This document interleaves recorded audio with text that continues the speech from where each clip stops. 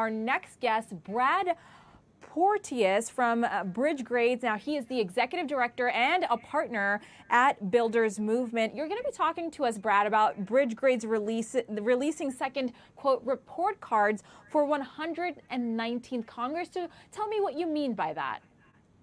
Sure. Yeah. So Bridge Grades is a report card for Congress, but instead of measuring like the ideological left versus right spectrum, we have created a new dimension which measures how collaboratively or how divisively legislators govern. So you can sort of think of it a bit like a polarization score, and sometimes people have referred to it as like a Rotten Tomatoes for politicians. Understood. So to talk to us about Bridge Grades and why did you want to get this started? Yeah. So ultimately, I think, America has gotten trapped into this game of us versus them. And, as a partner in Builders Movement, there's a whole group of hundreds of people who are trying to figure out ways to sort of bridge our overall divide. And, I'd been living overseas and I came back to the States and I was really sort of struck by, how much political identities had sort of seeped into the everyday life in America. And I feel like it's sort of this monolithic tug of war between blue versus red, left versus right, us versus them has really held us back. And so the goal with Bridge Grades is to use data to provide a way to start looking at our legislators through a different lens and not just look at them as uniformly a member of one team or the other. So where can we access these grades, these scores that you're talking about? Yeah, sure. So they're available on bridgegrades.org. And it's very easy to go and you can see essentially scores and grades for all 435 members of the House of Representatives and also all 100 senators. Okay, so talk to me about the new data and scores because I'm interested in this. How does somebody get a high score? And this is my other question. Why do Congress people get lower grades? Well, okay, so that's a great question, and let me just explain a little bit how it works. So what we do is we bring data from multiple data sources, and we essentially rank order every member of Congress on 6-7 dimensions, and essentially we add up all of these rank orders into a score, and the score is between a 0 and 100. And the top half of the class earn A's and B's, and the bottom half of the class, and we call them bridgers, and the bottom half of the class earn C's and F's, and we call them dividers. And guess what? There are bridgers and dividers in both parties. And how does this data relate to the Builders Movement? Well, so Builders Movement is I'm a partner in Builders Movement, which is a broader collective of people doing different things to try to bridge our divides and to bring, sort of, let's say, attack this sort of us versus them mentality and to help Americans think about being a builder first. So, my work with Bridge Grades sort of fits nicely within that group. But Bridge Grades itself is a project of a nonprofit called Mediators Foundation out of Boulder, Colorado. So have you noticed anything with which Congress people are retiring compared to their grades? Yeah, so actually it's really pretty interesting to see, if you think about, there's a couple of things that I think are of interest.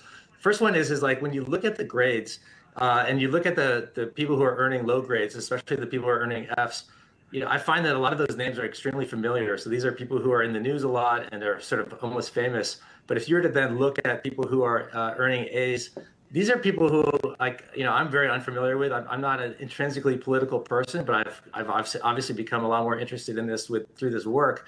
But these are not household names, And the problem, I think, one of the problems we face in America ultimately is that we get trapped into this left versus right game all the time, and it's really a tug of war, which is ultimately like a bit of like a zero-sum game. And by that, what I mean is it's sort of like a fighting for the pie, which is like when I get more, you get less, and when you get more, I get less, as opposed to win-win solutions, which are really more collaborative.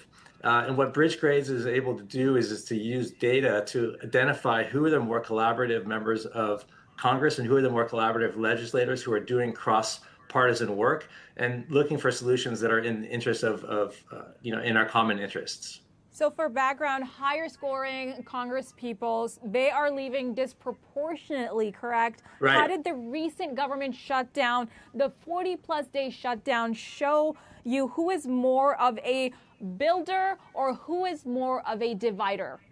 Yeah, that's a great one. So, a couple weeks into the government shutdown, there was a lot of discussion around, well, how are we going to get back working again as a government?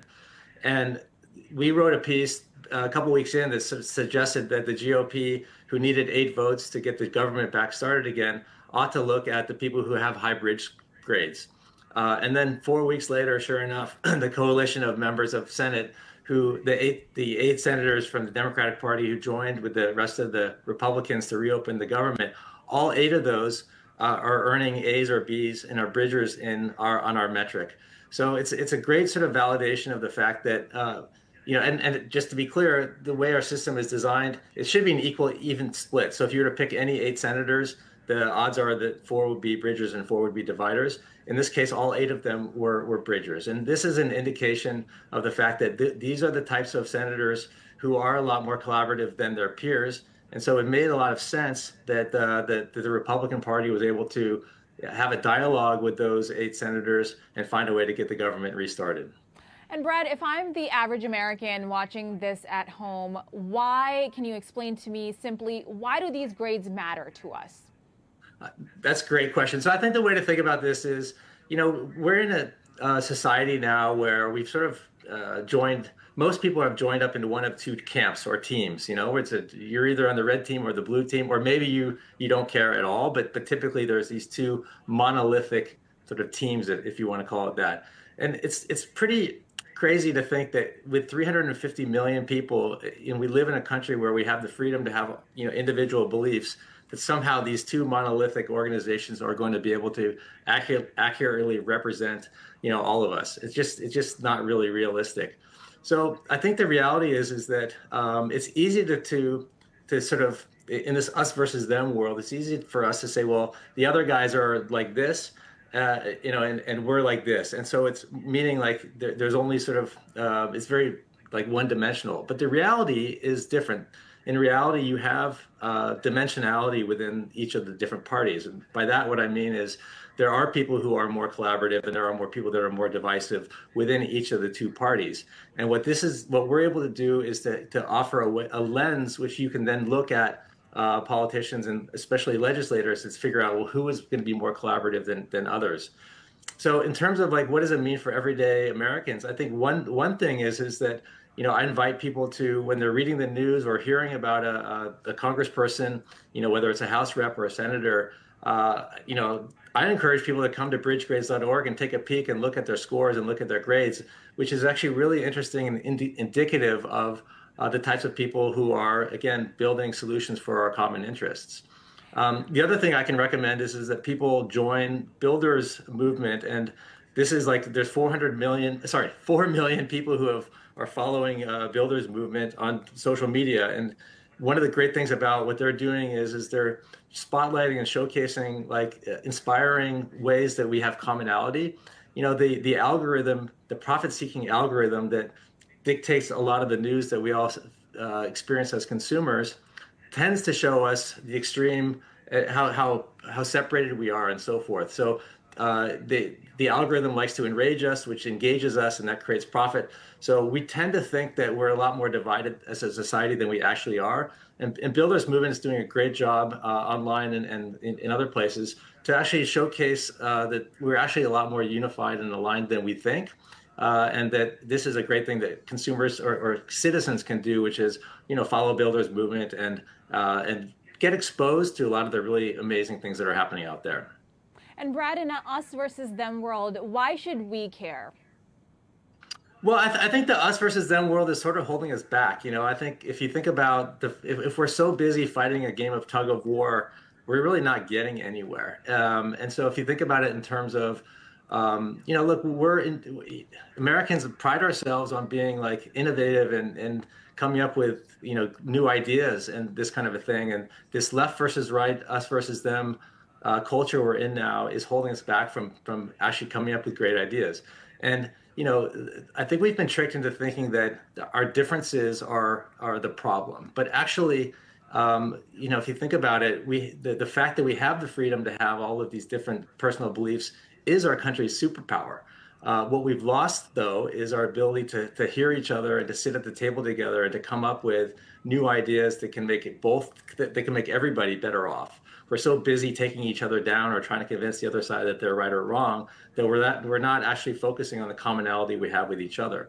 So we think that by changing the incentives for legislators to be more collaborative by spotlighting who the bridgers are and spotlighting who the dividers are, it'll begin to nudge the incentives so that legislators will have, they'll get recognized and rewarded for being collaborative, as opposed to right now where mostly the incentives are for them to be incredibly divisive because that's what's getting them on the news and that's what's getting them votes and donations.